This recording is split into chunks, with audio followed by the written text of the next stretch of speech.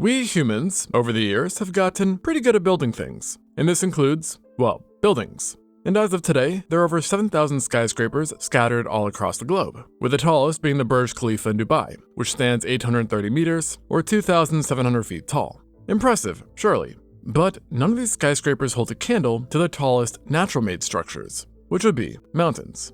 And of all the mountain ranges, the tallest, and inarguably the most famous, is of course the Himalayas, which is found in Asia and has a profound impact on the region due to its massive structure, separating the plains of the Indian subcontinent from the Tibetan plateau, and stretching across 6 different countries, those being Nepal, India, China, Bhutan, Pakistan, and Afghanistan. And across its range, more than 100 of its mountains are above 7,200 meters, or 23,600 feet tall, which is obviously giant. But the tallest is just one mountain, and that's Mount Everest, which stands nearly 5.5 miles or 8.8 kilometers tall, dwarfing mankind's tallest building by a magnitude of 10.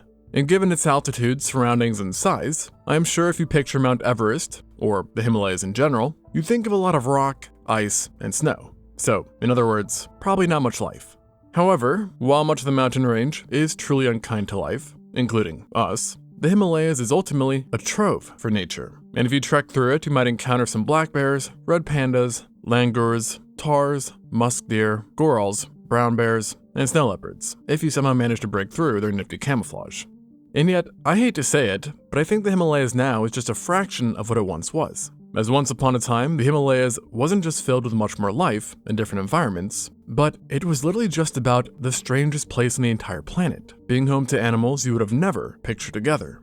And while you could have found interesting life throughout most of the Himalayas, there is one place in which things were at peak weirdness, you could say, and it all went down in a location known as the Sivalik Hills.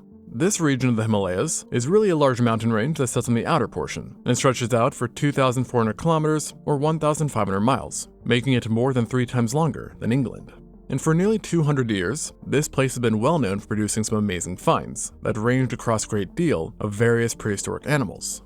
And not only did it range in discoveries, but the time these creatures lived too. Because as it so turns out, the Sivalik Hills doesn't just represent one window into the past Himalayas, but rather multiple, with some parts of it dating back all the way to 18 million years ago, while other portions, such as the youngest areas, are just 600,000 years old, which is obviously quite the range, no pun intended. And because of it, there's no surprise that not all of the animals found in the Sivalik Hills actually lived together.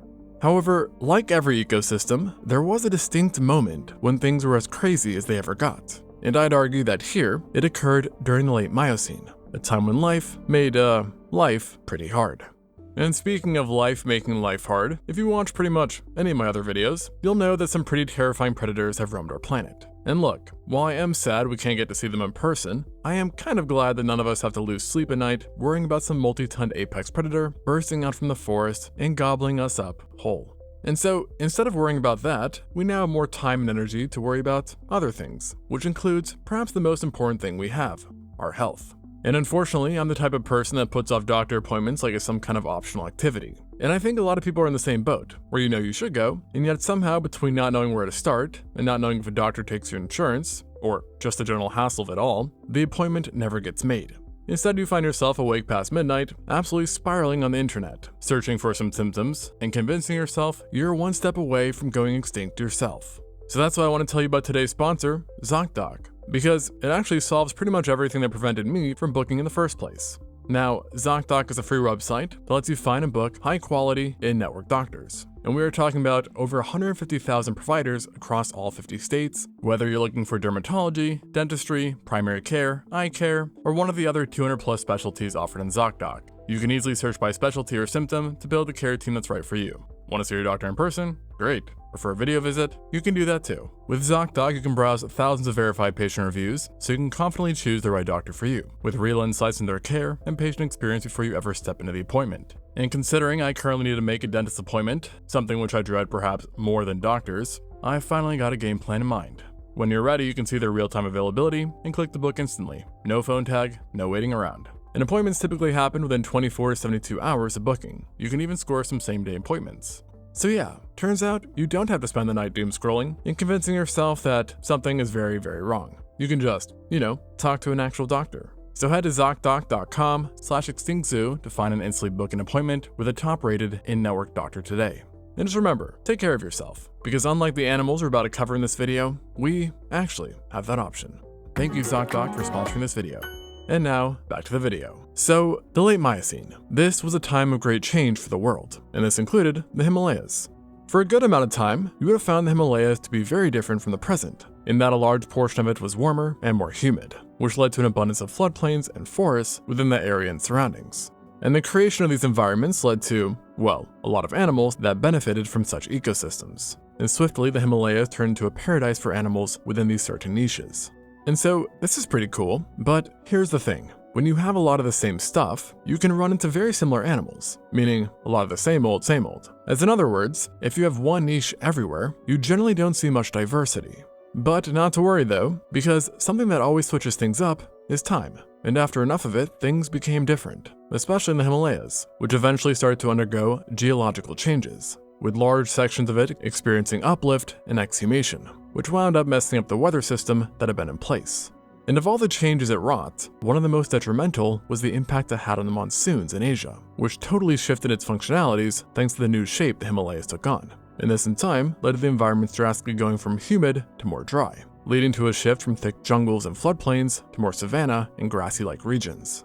And it was in this period of transition, where some thick brush still remained, and yet new grasslands were springing forth, that things really started to go from interesting to very strange, as it allowed for new animals to enter, resulting in some very odd sights that would make any trip here unforgettable. Although, sometimes bizarre can still mean familiar, and I say this as one of the first faces you might have come across was one of us, or rather, a great ape, the Stivopithecus. This was one of Himalaya's oldest residents during the late Miocene, and was even fairly old for a great ape, first appearing some 12.5 million years ago. And it's actually believed that one of the species that made up this genus may have been the direct ancestor to modern-day orangutans. Although, if you met one of these critters, if you can even call them that, you would be more likely to confuse them for an oversized chimpanzee than an orangutan, as most of its traits were chimp-like, albeit on a larger scale, with the Stivopithecus specimens typically measuring 1.5 meters or 5 feet tall, so similar to the body stature of a fully grown orangutan. Yet, one trait that did hint at its ancestry was its face, which resembled that of its future descendants. In contrast to its face though, it did live a bit differently than the big O's, as the shape of its wrists and the presence of large, well-developed canines and heavy molars suggest that it actually spent quite a bit of its life not just in trees, but on the ground too, where it would have feasted on tough foods such as seeds or savanna grasses.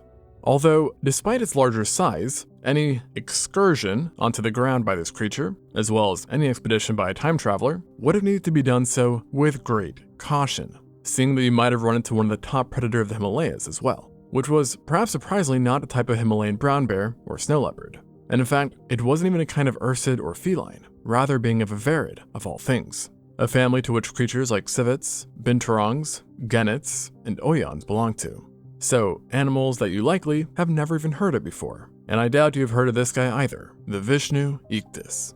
In this case though, names don't really matter, because you would absolutely not have cared if one of these animals were hunting you in the prehistoric Himalayas.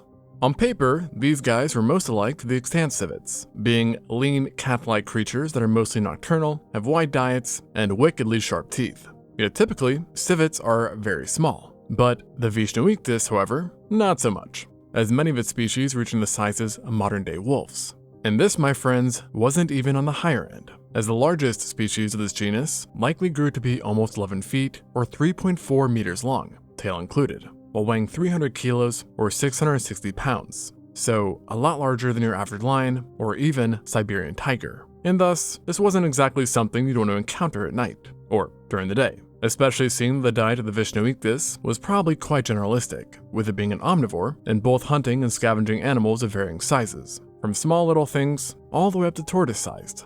Now, after I just said that, you may be thinking, tortoise-sized? Silly extinct zoo? Tortoises aren't big. Well, tell that to Jonathan, the oldest tortoise on Earth and owner of an absolute unit of a shell. And here's the thing though, I am not even referring to this giant Sicilian tortoise, rather the Megalochelys, meaning the great turtle. But really this wasn't a turtle, rather obviously, a tortoise. And as far as we know, it was the largest to have ever lived, so not exactly the kind of animal you'd expect to find around the Himalayas. And still, this is where this one-of-a-kind creature called home throughout the Miocene. And honestly, you might have been more likely to confuse one of them for a massive glyptodont instead of a testodine, seeing that the shell alone on these giants was about 2 meters or 6 foot 7 inches long, while it likely would have stood taller than you did. And because of its massive shell and stocky body, the Megalocelos would have weighed a lot, anywhere from 1 ton all the way up to 4 tons, which would put it on par with literal dinosaurs, such as the lower weight estimates seen in the Ankylosaurus. Though I will say that these 4-ton estimates are often considered hopeful at best, with the 1-ton estimate being a bit more reasonable. But regardless, it still begs the question, what exactly does a 1-ton plus tortoise do in the Himalayas? And the answer to that is, well, pretty much exactly what a normal tortoise does, but on a much bigger scale. As it was likely a vegetarian, and going off of modern tortoises, would have needed to consume over half a ton of plant material, and get this, that's every year. So actually pretty darn efficient from a size perspective. And like their kin, they could probably go long stints without eating, a big bonus, no doubt. Though one area they did differ was how they ate. As opposed to the grazing tactic seen many times in extant genera, the Megalocelos, thanks to its imposing size and height, might have eaten from leaves above the ground, in a fashion that would be somewhat similar to that of a giraffe. Pretty odd, right? And speaking of giraffes, it turns out that not only were the Himalayas great for tortoises during the Miocene, but also these tall boys, who massively benefited from the mix of trees and open grasslands, offering them an abundance of food and places to roam, which in turn resulted in the group becoming bigger than ever before, which eventually led to the behemoth known as the Scythotherium, the largest giraffe, or rather giraffid, to have ever existed. Oh, and it also had horns. Yup, horns that were, by the way, a bit like those on a moose, which is why at first it was often restored as a giant moose-like creature instead of a giraffe. But we now know that's incorrect. Instead, the Scythotherium would have looked like a stout, heavily built giraffe, with obviously some antlers on top of its head, which were then also accompanied by 2 prong-like structures that were situated right above the eye. And each of these mammals at maturity would have been around 3 meters or 10 feet tall. So not necessarily as tall as modern-day giraffes, but the true magic was not from their height, but from their weight, as its robust bones and muscular build resulted in Scythotheriums coming in at possibly 1,360 kilos or 3,000 pounds. So larger than the heaviest giraffes ever recorded. And typically, these weight estimates don't even account for the horns, so who knows how big these guys truly were.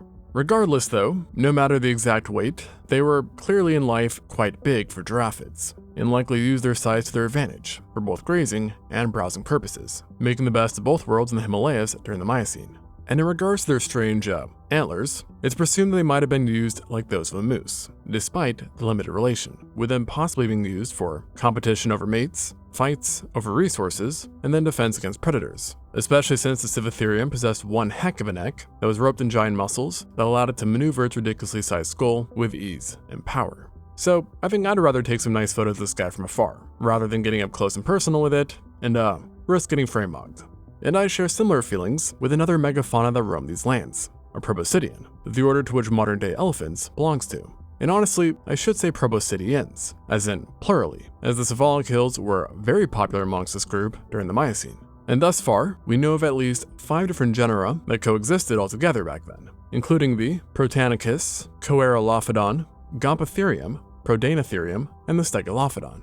All of these guys were big on grazing and browsing, plus also being big on, scale, as each of them weighed multiple tons, with the largest of the bunch possibly being the Gomphotherium, which could push scales close to 7 tons, and also had the oddest set of tusks among the bunch too, seeing that it had 4, including 2 found on the bottom of its jaw, which might have aided in digging and foraging. So definitely an oddball. And across the 5 different genera, you would have found an array of wacky tusks that can also no doubt dish out a lot of damage if need be, which when combined with their sheer size, could easily result in you being squished like a bug.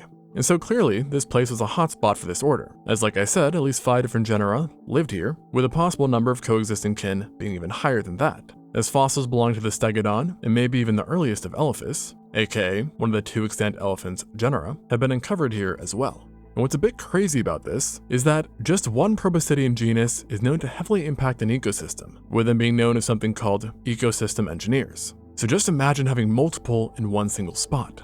And this surely would have impacted other life, not only indirectly, but also directly as well, seeing that these tusk guys can sometimes be a bit moody. And frankly, if I had a pick, I'd probably rather try my luck with a Scythotherium.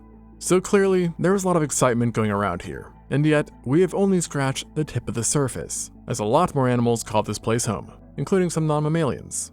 In typical Miocene Himalayan fashion, this included something else which you might not expect to find in the Himalayas: crocodilians.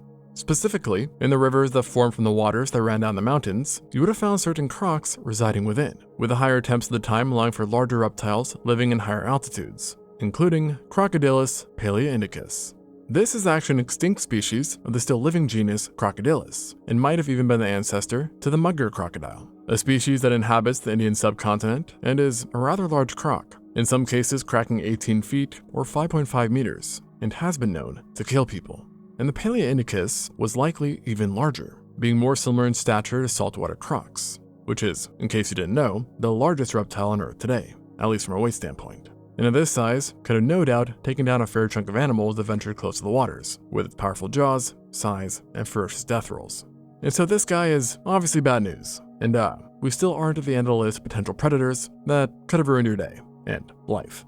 Since in recent years, new fossils have been found on Earth, showing us that the group of predators here was stronger than previously thought. And this has included the discovery of multiple hyenids, including the leopard hyena and Thalassictus, two medium-sized animals that are both hunters, and also likely the area's garbage disposal, at least when it came to bones, as they might have displayed the same bone-munching tendencies that we see today in certain hyenas.